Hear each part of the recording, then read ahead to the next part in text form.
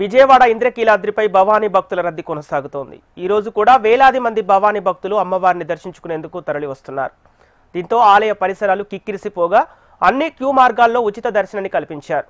రాష్ట్ర నలుమూలల నుంచి వచ్చే భవానీ భక్తుల కోసం అన్నప్రసాద వితరణ కూడా కొనసాగిస్తున్నారు. రేపటి వరకు భవానీ దీక్షాపరుల రద్దీ కొనసాగే అవకాశం ఉందని అధికారులు భావిస్తున్నారు. ఇంద్రకీలాద్రి నుంచి అక్కడి పరిస్థితిని మా ప్రతినిధి శ్యామ్ కుమార్ అందిస్తారు.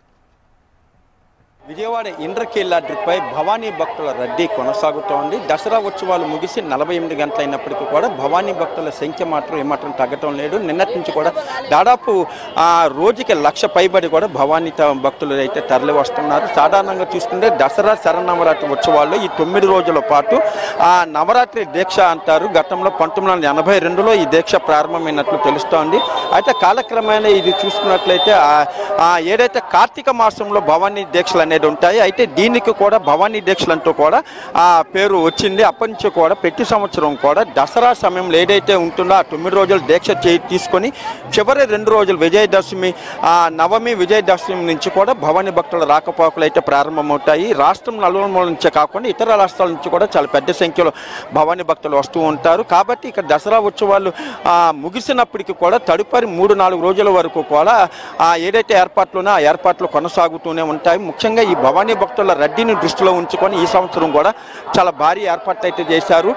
ఇప్పటి వరకు చూసుకుంటే అధికారుల లెక్క ప్రకారం చూసుకుంటే మొత్తం 11 రోజుల దసరా ఉత్సవాలు నిన్న చూసుకుంటే దాదాపు 15 లక్షల మంది భక్తులు కూడా తరలి వచ్చినట్టు తెలుస్తోంది. అదేవిధంగా ఆదాయం కూడా చాలా గణనీయంగా పెరిగింది. ఇప్పటి వరకు చూసుకున్నట్లయితే టికెట్లు లడ్డూ ప్రసాదాలు తదితర దీని ద్వారానే దాదాపు 5 కోట్ల రూపాయల మేర కూడా ఆదాయం అమ్మవారికి సమకూరినట్టు తెలుస్తోంది. ఈరోజు శనివారం రేపు ఆదివారం కావడంతో రేపటి వరకు కూడా ఈ భక్తుల రద్దీ కొనసాగే అవకాశం ఉంది.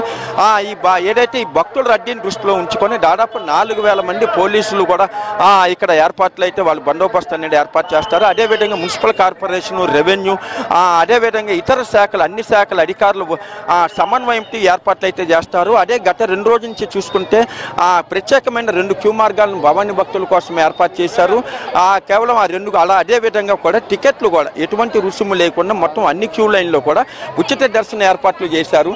అదేవిధంగా చూసుకుంటే నిన్న శుక్రవారం కొంత తగ్గుతుందని భావించినప్పటికీ నిన్న కూడా దాదాపు 1,20,000 మంది భక్తులు భవానీ భక్తులు వచ్చినట్లు సమాచారం. ఈరోజు కూడా దాదాపు కిలోమీటర్ మేర క్యూ లైన్లు అయితే ఇంకా కొనసాగుతూనే ఉన్నాయి.